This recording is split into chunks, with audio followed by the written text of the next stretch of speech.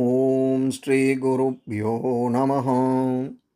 அனைவருக்கும் இனிய தீபாவளி நல்வாழ்த்துக்கள். தீபாவளி நன்னாளிலே நாம் ஏன் பட்டாசுகள் வெடிக்கிறோம்?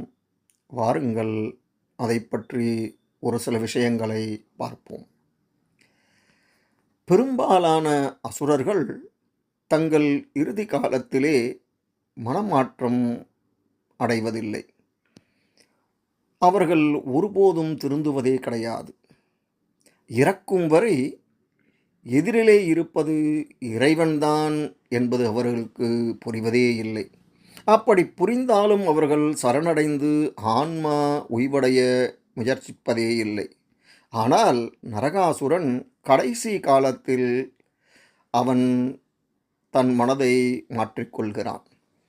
தன்னுடைய அழிவு மற்றவர்களுடைய துன்பத்தை குறைக்கும் என்பதையும் உணர்ந்து கொண்டு தன்னால் யாருக்கும் இனி துன்பம் வரக்கூடாது என்பதை மற்றவர்கள் உணர்ந்து மகிழ்ச்சியோடு கொண்டாட வேண்டும் என்பதையே அவன் பகவானிடம் வரமாக கேட்கிறான். இது மற்ற அசுரர்கள் கதையில் கிடைக்காத ஒரு அற்புதமான நிகழ்வு. அதனால்தான் தீபாவளியானது பட்டாசு வெடித்து மகிழ்ச்சியாக கொண்டாடப்படும் நாளாக மாறியிருக்கிறது. தீபாவளிக்கு ஏன் நாம் பட்டாசு வெடிக்க வேண்டும் என்று பலருக்கும் சந்தேகம் இருக்கும். மற்ற வெடிகளை வெடிப்பது பற்றி சாஸ்திரத்தில் ஏதும் இல்லாவிட்டாலும் அவசியம் மத்தாப்பு கொளுத்த வேண்டும் என்கிறது ஸ்மிருதி கௌஸ் என்ற ஸ்தோத்திரம்.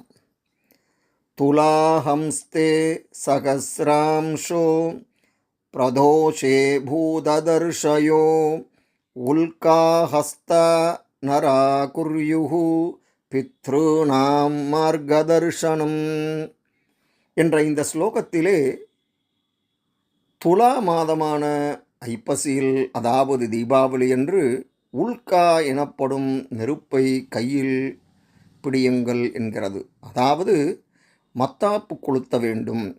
இதில் வரும் பூத என்ற வார்த்தை சதுர்தசியை குறிக்கும். அதாவது நரக சதுர்தசி எனப்படும் தீபாவளி, தர்ஷம் என்ற வார்த்தை அமாவாசையை குறிக்கும் ஐப்பசி மாத அமாவாசை. இந்த 2 நாட்களும் நெருப்பை பிடிப்பது கட்டாயம். காரணம், பித்ருநாம் என்ற வார்த்தை இதில் வருகிறது. பித்ருக்கள் எனப்படும் நமது முன்னோர்கள் நாம் காட்டும் இந்த வெளிச்சத்தை பயன்படுத்தி தங்கள் வழியில் சொர்க்கம் நோக்கி முன்னேறிச் செல்கிறார்கள் என்பதை குறிப்பதற்காக இந்த வருடத்தில் இருந்தாவது பட்டாசை விரும்பாதவர்கள் கூட கண்டிப்பாக மத்தாப்பாவது வாங்கி கொளுத்த வேண்டும். நம் முன்னோருக்காக பிரதோஷ காலத்தில் உல்காதானம் செய்வோம்.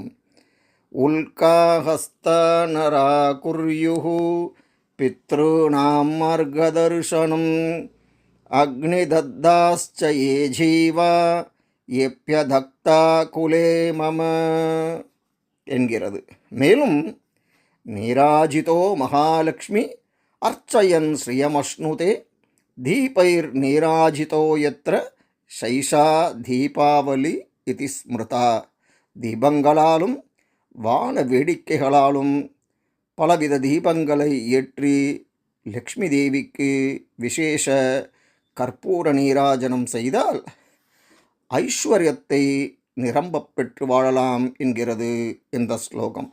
தீபான் தத்வா பிரதோஷேது லக்ஷ்மீம் பூஜ்யயதாவிதி பக்தியா பிரபூஜயேத்தேவி அலக்ஷ்மி வினிவృత్తயே. தீபாவளி நன்னாளிலே தீபங்களை மற்றவர்களுக்கு அன்பளிப்பாக கொடுத்து விடியற்காலையில் வீடு முழுவதும் விளக்கை ஏற்றி வைத்து லக்ஷ்மி தேவியை வழிபடுதல் வேண்டும். ஏழ்மையை வறுமையை நீக்குவதற்காக தீபமேற்றி லக்ஷ்மியை பக்தியுடன் வழிபட வேண்டும் என்கிறது இந்த ஸ்லோகம். ஆகவே இந்த தீபாவளி நன்னாளிலே உங்கள் இல்லங்களில் அஷ்ட ஐஸ்வர்யம் நிரம்ப லக்ஷ்மி தேவியை வணங்கி மீண்டும் ஒருமுறை உங்கள் அனைவருக்கும் தீபாவளி நல்வாழ்த்துக்களை தெரிவித்து இன்னொரு பதிவிலே உங்களை சந்திக்கிறேன். நன்றி, வணக்கம்.